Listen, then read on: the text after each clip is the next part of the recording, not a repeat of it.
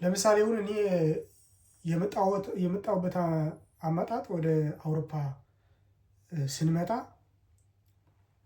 የነበረው የዛኔ የነበረውና አሁን ያለው ነገር ይለያያል። አሁን በጣም የከፋ ነገር ሆነዋልና ኮላሊት ሊወስዱ ይችላሉ። ኮላሊትን ይወስዱታል ማለት ነው። ከ2000 $3000 በላይ ማለት ነው ኮላሊት እንትን የሚላቸው ማለት ነው። ኮላሊት ሲሸጡ ስንት ነው የሚሆንላቸው? 1 ሚሊዮን ምናምን ነው ለአንድ ኮላሊት አይደለ? የሰው ኮላሊት ማለት ነው። እና ቤተሰብ ካለ ከብነ ቤተሰቦች አንዳንድ ኩላሊት ምናምን ካስወጡ ስንት ይሆናል ማለት ነው? ባለ ነገር አንድ ነው ቁጥሩ፣ አንድ አይደለም፣ 1 ሚሊዮን ምናምን አይደለም፣ ሌላ ነው። ግን ከዛ አንድ አርጋ አስበው ስንት ይሆናል ለነሱ? እና በተለያየ ምክንያት እንደዛ ለማድረግ ነው የሚሞክሩት። በግብፅም አካባቢ ያሉትን፣ በሲና በረሃ ያሉትን፣ በሰሃራም ያሉት፣ በሊቢያም በሱዳን ሰሃራ ያሉትን ማለት ነው እንደዛ ማድረግ ነው የሚፈልጉት። እና በዚህም ወደ ዩኤስ የሚሄዱ ሰዎች አሉ። ከሜክሲኮ ወደ ዩኤስ ቆርጠው ወደ ዩኤስ ተሻግረው ወደ ዩኤስ የሚገቡ ሰዎች አሉ። እዛም ያጋጥማል እንደዛ አይነት ነገር። የራሳቸው ዶክተር አላቸው ምናምን፣ የሚያስወጣ ዶክተር አላቸው ምናምን ነገር፣ ሁሉ ነገር አላቸው። እና አውጥተው ይወስዱታል ያንተ እንትንህን ማለት ነው።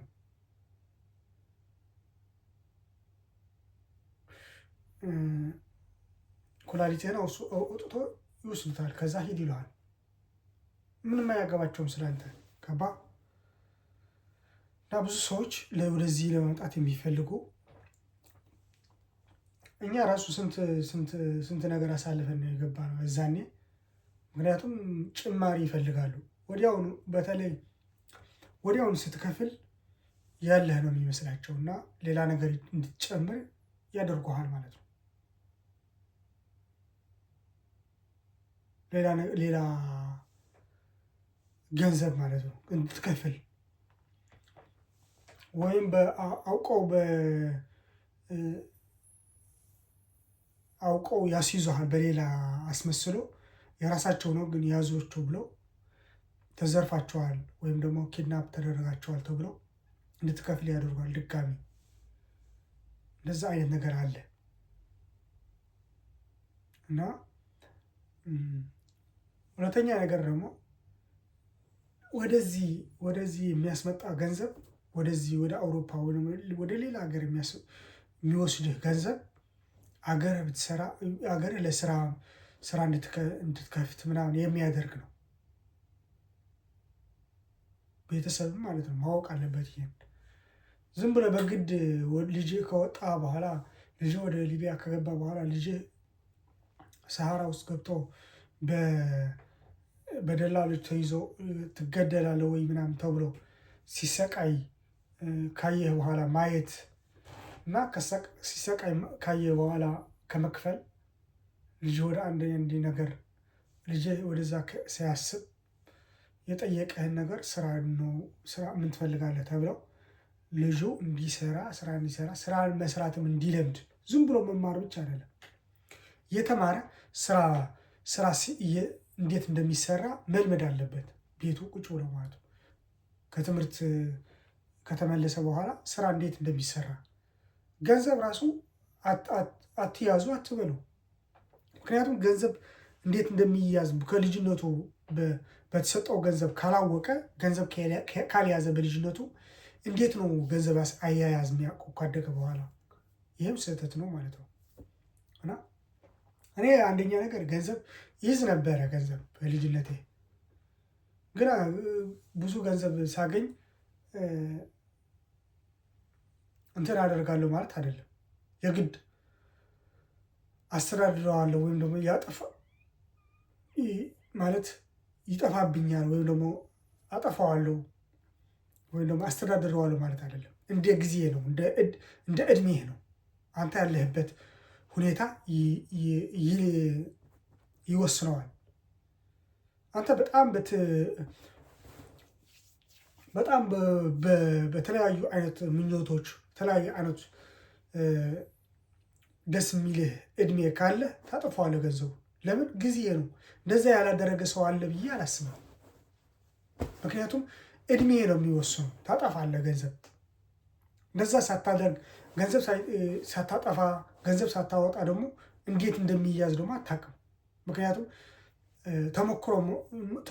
ተሞክሮ ሊኖረን ይገባል ገንዘብ እና ገንዘብ አወጣ ነበረ፣ ግን ሌላ ጊዜ ደግሞ ገንዘብ እንዴት እንደሚያዝ አውቀዋለሁ። ለቀጣይ እንዲህ ስላደረግኩ ነው ገንዘብ ያጠፋው፣ ለካ ኦኬ ገንዘብ መያዝ አለብኝ፣ እንዲህ ማድረግ አለብኝ ብዬ ያ ብሩ ከማግኘቴ በፊት አቅደዋለሁ ማለት ነው።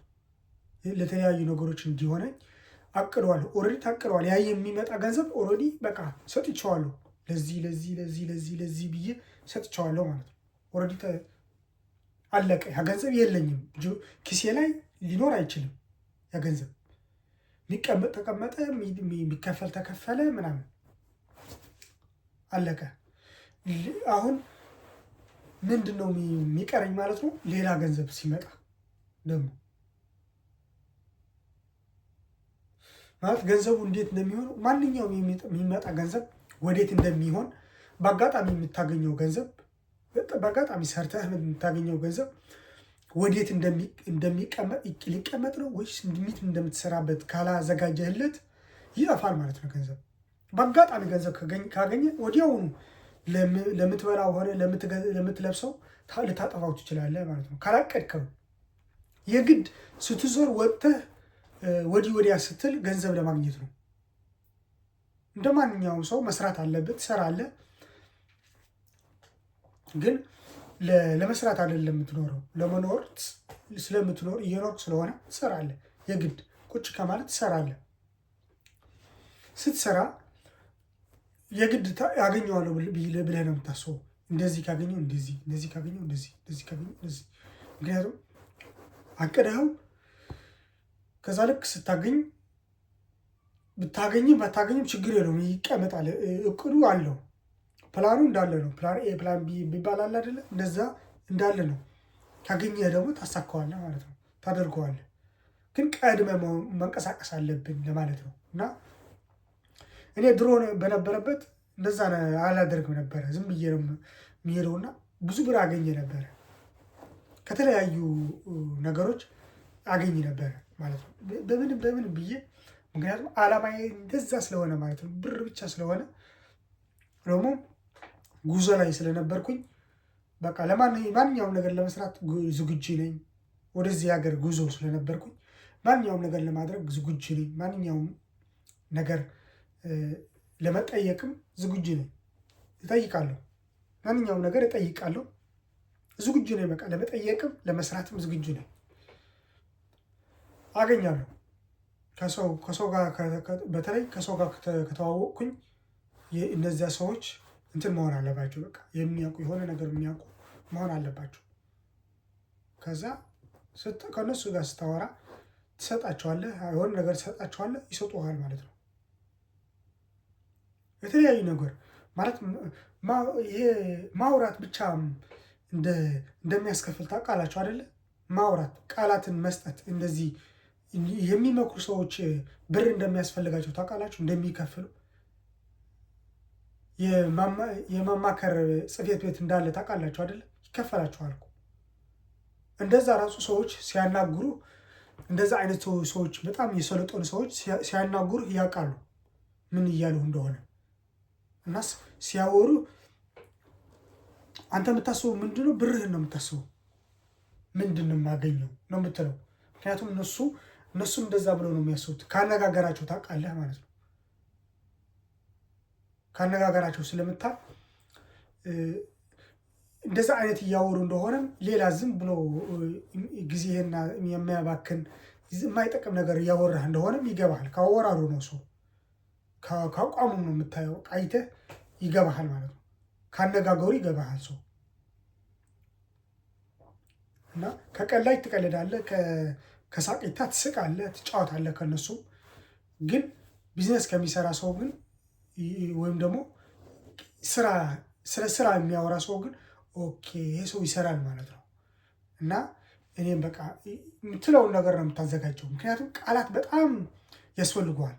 ያንን አጠቃቀም ማለት ነው። አጠቃቀሙ ማለት ነው። ብዙ ቃላት ልታቅ ትችላለህ፣ ግን አጠቃቀሙ ምን ጊዜ እንደምትጠቀምና መቼ ምን እንደምታወራ ማወቅ አለብህ። እነሱ ያንን ነገር ብቻ ነው ማዳመጥ ነው የሚፈልጉት። ከአንተ የሚወጣው ቃል ብቻ ነው። በቃል ታማኝ ነህ ወይ አይደለህም በሂደቱ ያያሉ። ግን ወዲያውኑ በቃ ቃላትህ ነው የሚመርጡ ሰዎች፣ ለስራ የሚፈልጉህ ማለት ነው። እና አንዳንድ ሰዎች ራሱ ዝም ብለው ሊሰጡ ይችላሉ፣ ብር ዝም ብለው ማለት ነው። ለማየት አንተን ለማየት መጀመሪያ ዝም ብለው ነው የሚሰጡ። ያን ብር ይዘው ከጠፋህ በኋላ ሌላ አታገኝም ማለት ነው። ሌላ እድል አታገኝም። ግን ያን ብር ይዘኸው ኦኬ፣ ወይም ደግሞ ስለዛ ብር ከጠየቅ ስለዛ ብር ኦኬ ሰጠኛል፣ ይሄ የምንድን ነው? ለምን ምን ላድርግበት? እያገዝኩህ ነው ካለ ታመሰግናለህ፣ ያው ታደርገዋለህ። ከዛ በኋላ ግን ከነሱ አጠገብ ከነሱ መሸሽ ምናምን ግን አያስፈልግም። የሆነ ነገር ሲጠይቁ ወይም የሆነ ነገር ማገዝ ሲፈልጉ ማገዝ ነው ማለት ነው። መቆም አለብህ ከጎናቸው ማለት ነው። እኔ እንደዛ ነበርኩኝ። ያገዘኝ ሰው አልጠፋም፣ ከአጠገቡ ምናምን አልሸሽም። እጠይቃለሁ፣ ስልክ አነሳለሁ። ስልክ የማይነሱ ራሱ ሰዎች አሉ፣ ግን እኔ ግን ስልክ አነሳለሁ፣ እጠይቃለሁ ራሱ ደውዬ ምናምን ነገር ማለት ነው። ምክንያቱም ስራ ነው የማያገናኘን። እሱ ራሱ ስራ ነው እኮ፣ ያ ሰው ሶርት እየሰራ ነው እኮ። ብር የሚያድሉ ሰዎች እኮ እየሰሩ መሆናቸው ግን ታውቃላችሁ። ግን የሚያግዙ ሰዎች ማያገዝ ብቻ ነው ምናምን የሚል ሰው እኮ አለ። ማገዝ ብቻ የሚመስለው ሰው አይደለም። ብር የሚሰጡ የሚያግዙ ሰዎች እየሰሩ ነው፣ ስራ እየሰሩ ነው የሚባለው። እየሰራ ነው የሚባለው። በሌላ ዓለም እንደዛ ነው የሚባለው። በእኛ ግን ምንም የሚያግዝ ሰው ምንም ደሞዝ እንደሌለው፣ ምንም ነገር እንደማያውቅ ምንም ይመስለዋል ሰው ምንም ማግኘት እንደሌለበት። ምክንያቱም እያገዘ ነው እግዚአብሔር ይስጠው ይባላል። ኧረ እባክህ እየሰራ እኮ ነው፣ መሰጠት አለበት። ጤናውን ሲያጣ ጤናውን ይታይለታል። ምክንያቱም እያገዘ ነው ይሄ ሰው፣ እየሰራ እኮ ነው። ስራው እኮ ነው። ጊዜ እያባከነ ጤናውን፣ ጊዜውን፣ ሁሉንም ነገር እኮ ነው እያባከነ እኮ ነው ያለው። እያወጣ ስለሆነ ይመለስለታል። ኤንወይ ይመለስለታል፣ ያገኛል። አብዛኛው የተሳካላቸው ሰዎች በማውጣት ነው የሚያገኙት። ባወጡት መጠን ባወጡት ልክ ያገኛሉ ማለት ነው። ማለት በረከት ያገኛሉ ማለት ነው። ከተለያዩ ስራቸው ላይ በበለጠ ያገኛሉ። ሰውም ወደ እነሱ እንትን ይላል ማለት ነው። በስራቸው እንዲወደዱ ያደርጋል። ያንን መስጠታቸው፣ ደግነታቸው ማለት ነው። ቢታይም ባይታይም ኤኒዌይ ኃይል ነው። ፊትህ ነው የሚታየው። ስታግዝ፣ ለሰዎች ስትረዳ ምናምን ፊትህ ይታያል። በፊትህ ነው የሚመጣ ሰው፣ ፊትህን አይቶ ነው የሚመጣ ሰው እና ፊት ላይ ይታያል። የሚያግዝ ሰው ደስተኛ ነው፣ ፊቱ ብሩህ ነው ማለት ነው። እና እኔ አሁን ወደዚህ ስመጣ ብዙ የሚያግዙ ሰዎች ግን ሃይማኖት የላቸውም። ራሱ ከኛ ውጪ ማለት ነው። እኛ ሃይማኖት አለን፣ በሃይማኖት ባለ ባህል ባለበት ሃይማኖት ባለበት ስርዓት ምናምን ተብሎ ስንት ነገር ያደግን ሆነን ግን አንዳንዴ እንደነሱ እኮ በቃ እኛ የምንሰራው ነገር እኮ ነው እነሱ የሚሰሩት ትላለህ። አንዳንዴ ሃይማኖታዊ ሆነ ሃይማኖት የለንም የሚሉ ሰዎች የሆነ አንተን መስራት የሚገባህ ነገር ሲያደርጉ ስታይ ምን ይመስላል? በጣም ነው የምትገረመው ማለት ነው።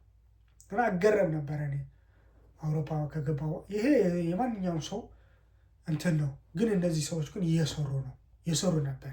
ለካ እየሰሩ ነበረ እነዚህ ሰዎች። ስራ ነው ራሱ ማገዝ። ሰዎች ማገዝ ራሱ እንደ ስራ ነው የሚቆጠረው፣ እንደ ስራ ነው በቃ። እና በጣም እገረም ነበረ። እንዴት ሰው በነፃ ሰዎች ያግዛል ምንም ሳያላደርግለት እኔ እላለሁ። ሌላ ሰውም እንደዛ ይላል፣ እንደዛ ብላ ያስባል፣ ደግሞ ይናገራል። ሰው እርስ በራሱ ይነጋገራል። እንዴት በቃ እኛን በነፃ ያግዙናል ትላለህ ማለት ነው። እና በነፃ ያግዛሉ። እነዚህ አይነት ሰዎች ግን እየሰሩ ነው። የራሳቸው ኦርጋናይዝ አላቸው፣ ቲም አላቸው፣ ምናምን ተሰብስቦ ምናምን ይሰራሉ ማለት ነው። ስራ ነው ይሄ። በቃ እንደ ስራ ነው የሚታየው። እና በጣም እገረም ነበረ። ከዛ ትልቅ ነገር ተማርኩኝ። ስራ እንደሆነ የማይቀለድበት፣ የማይዋሽበት፣ ምንም ነገር የማይደረግበት ሰው ስራ እንደነበረ ገባኝ ማለት ነው። ተማርኩኝ። ከዛ በስደት ህይወቴን ያንን ነገር ተማርኩኝ ማለት ነው።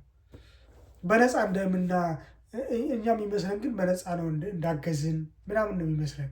ስናግዝ በሀገራችን በሰፈራችን ስናግዝ በነፃ ይመስለናል፣ ግን ስራ ነው። ምክንያቱም ስራ እንደ ስራ የሚቆጠር ራሱ አለ። እንደ ስራ የሚቆጠርባቸው ሰዎች አሉ ማለት ነው። እንደዛ ስታደርግም እየሰራ መሆንም አስበህ ነበር። የተሳሳተ አመለካከት አለን ማለት ነው። እና ገባኝ። ከዛ ደግሞ በቃ መማር ይሄ ትምህርት ቤት መሄድ ምናምን እንዴት ማለት ነገሮችን ለማሰብ ነገሮችን ያሉትን ማለት ሰዎች የፈጠሯቸው ነገሮች አሁን ለምሳሌ በዚህ ዓለም አዲስ ቴክኖሎጂ ሲፈጠር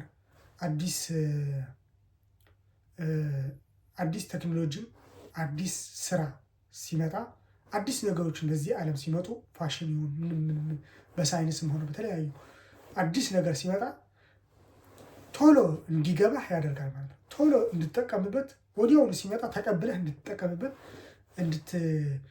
እንዲገባህ ማለት ነው። ከሰው በላይ እንዲገባህ ያደርጋል ማለት ነው። ሳይንስ ትምህርት ማለት ነው። እሱ የእግዚአብሔር ትምህርት እንዳለ ሆኖ ማለት ነው። የቤተክርስቲያን ትምህርት በየሃይማኖቱ የሚሰጥ ትምህርት እንዳለ ሆኖ ማለት ነው። እሱ መንፈሳዊ ይባላል አይደለ? ይሄ ደግሞ ሳይንሳዊ ይባላል። የግራው የነዚህ የዓለማዊ ደግሞ የሳይንሳዊ ይባላል። እሱ ማወቅ ራሱ ይጠቅማል። ለምን? ተዘጋጅተህ ነው የምትጠብቀው። በዚህ ዓለም የሚመጣ ነገር ተዘጋጅተህ ነው የምትጠብቀው። ይሄንን ዓለማዊ ስላወቅክ ደግሞ እውቀት አለኝ ብለህ መተው የለብህም። እምነትህን እግዚአብሔርን መተው የለብህም ማለት ነው። ሁለቱንም በሁለት ዓለም የኖርክ ነው።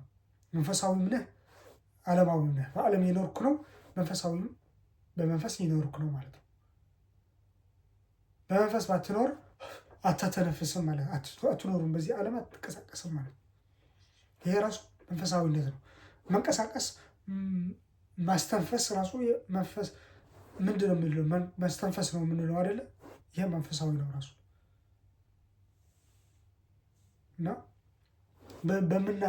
በምናተነፍሰው በዚህ መሀል እግዚአብሔር ስላለ ማለት ነው። እና ተዘጋጅተህ እንድጠብቅ እንደሚያደርግ ትምህርት ይጠቅማል ምናምን ብለን የመጣ ነው መጀመሪያ። ከዛ እዚህ ከመጣን በኋላ ለካ ተዘጋጅተው ነው የምጠብቁት ይመጣል። አዲስ ነገር ሲመጣ በቃ ተዘጋጅተህ ነው። የተማረ ሰው ነው ይባላል። ታውቀዋለህ፣ እንዴት እንደምትጠቀምበት ታውቃለህ። ገንዘብን ሲመጣ እንዴት እንደምትጠቀምበት እንዴት እንደምታስተዳድረው ታውቃለህ ማለት ነው። አሁን ሳንማር ወደዚህ መጣን አይደለ? መጀመሪያ እዚህም ከተማርክ ትማራለህ። ካልተማርክ ደግሞ ዝም ብለን ነው የሚሰራ የምንጥረው እንጂ ካልተማርክ ብሩ እንዴት ማስተዳደር እንዳለብህ አታውቅም። አሁን ብዙ ብር ካገኘ እንዴት ማስተዳደር እንዳለብህ አታውቅም። 5 ዓመት ሊፈጅብህ የነበረው የሆነ ነገር ለማድረግ 5 ዓመት ወይም 10 ዓመት ሊፈጅብህ የነበረው ብዙ ብር ለመሰብሰብ እና ብዙ ነገር ለማድረግ 5 ዓመት ወይም ደግሞ 10 ዓመት ሊፈጅህ የነበረው ብዙ ዓመት ይፈጅሃል ማለት ነው። ለብዙ ዓመታት ለ30-40 ዓመታት ትኖራለህ ማለት ዝም ብለህ የሰራ ማለት ነው። በሰው ካምፓኒ ላይ ለሰዎች ላይ ሰራ ትኖራለህ ማለት ነው። ትንሽ ነገር ሰርተህ የራስህን አድርገህ ብሩን አባዝተህ ማደግ ሲኖርብን የተለያዩ ነገር ከሰዎች ጋር ቁጭ ብሎ ለሰዎች በመስራት ብቻ ጉልበታችንና ጊዜያችን በማጥፋት እንኖራለን ማለት። ይሄ ምንድነው ማለት ነው? ያልተማረ ሰው ይባላል ማለት ነው። በዚህ ዓለም ላይ የዚህ ዓለም እንትን ያላወቀ ማለት ነው። ይባላል ማለት ነው። አንዳንድ ሰዎች ፕራይቬት የሚማሩ አሉ። እሱ ሀብታሞች ናቸው።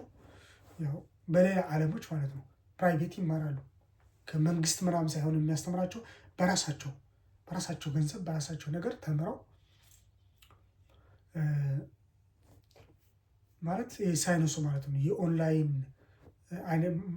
ማርኬቲንግ ምናምን እንዴት እንደሚደረግ በዚህ ዓመት እንዴት እንደሚመጣ በ2026 ለምሳሌ በዚህ በአውሮፓውያን አቆጣጠር በ2026 ማለት ነው ከ27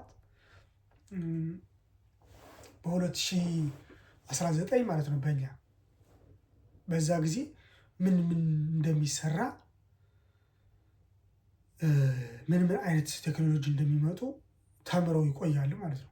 ድሮ ከመምጣቱ በፊት ከብዙ ዓመታት በፊት ተምረውት በሚስጥር ይዘውት ምናምን ይቆያሉ ማለት ነው።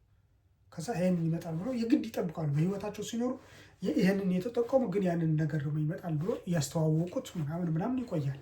ከዛ ይመጣል ወዲያውኑ ተቀብለው ይጠቀሙበታል ማለት ነው። የሀብታሞች ጥቅሙ ይሄ ነው ማለት ነው። ሀብታም የግድ በመንግስት መማር አለበት ምናምን አይልም። የግድ ትምህርት ቤት ሄዶ መማር የለበትም። ቤት ቁጭ ብሎ ተምሮ ሁሉንም ነገር ሊጨርስ ይችላል። ማንኛውም ሰው ገንዘብ ካለው እንደዛ ማድረግ ይችላል። የግድ ትምህርት ቤት ጋር ሄዶ እዛ ጋር ሄዶ መማር አለበት አይልም። አልተማርኩም ማለት ይችላሉ። አንዳንድ ሰዎች አልተማርኩም የሚሉ ሰዎች አሉ። አልተማርኩም ግን ተምረዋል። ያንን የሚያስፈልጋቸው ነገር ግን ተምረዋል። ስንት ዲግሪ ያላቸው ሰዎች ናቸው። ገብታችኋላ? ግን ትምህርት ቤት አያውቃቸውም። በርቀት ተማሩ ማለት ነው። በርቀት ስለተማሩ ትምህርት ቤት አያውቃቸውም። ምንም አያውቃቸውም። ከዛ ሀብታም ይሆናሉ ማለት ነው። ግን ምን ስለተማሩ ነው ማለት ነው። የዘመኑ የአሁኑ የአዲስ ዓመቱ አሁን አዲስ ዓመት ከሆነ የሚመጣው በዚህ ዓመት የሚመጣው ነገር አውቆ ስለሚጠብቁ ማለት ነው። ተዘጋጅተው ስለሚጠብቁ ስለተማሩት ማለት ነው። ያንን ነው እንዲጠቀሙት ጊዜያቸውና በአሁኑ ጊዜው ያለው ነገር ጊዜውን ዋጅቶ ስለሚሰሩ ማለት ነው። ወጥረው ደግሞ ይሰራሉ ስለሚያውቁት። እነሱ ካልሰሩት ምክንያቱም ህዝቡን ሊጠቀም አይችልም። ያንን ነገር ሲሰሩ ይሰጣቸዋል ማለት ነው። በዛ ደግሞ ብራቸው ኑራቸው እንደሚታይ ነው ማለት ነው። እና ይሄንን የተማርኩት ትምህርት እንደዛ እንደሆነ እንደሚያሰለጥን ሰልጥኖ በደንብ ተዘጋጅቶ እንደሚጠብቅ ወታደር እንደማለት ነው ማለት ነው። ትምህርት ከተማርክ እንደዛ እንደማለት እንደ ወታደር ነው ማለት ነው። በአእምሮህ ተዘጋጅተህ ትጠብቃለህ። በጭንቅላትህ ተዘጋጅቶ ይጠብቃል ማለት ነው። ነቅቶ ይጠብቃል ማለት ነው። ትምህርት ሌላ ነገር አለ። በስደት የተማርኩት ስደት ደግሞ በቃ በጣም በትዕግስትና ዝም ማለት እንዳለብህ የተለያዩ ነገር ልትባል ትችላለህ። ስደት ላይ ነው የወጣሁና የተለያዩ ነገር ትባላለህ አይደለ? ይሉሃል፣ እነሱም ይሉሃል፣ ያጋጥምህም ይችላል። የእነሱ ስላልሆንኩ ብቻ ማለት ነው የሚገጥምህ ነገር አለ። እሱም ዝም በማለት ማለፍ ማለት ነው።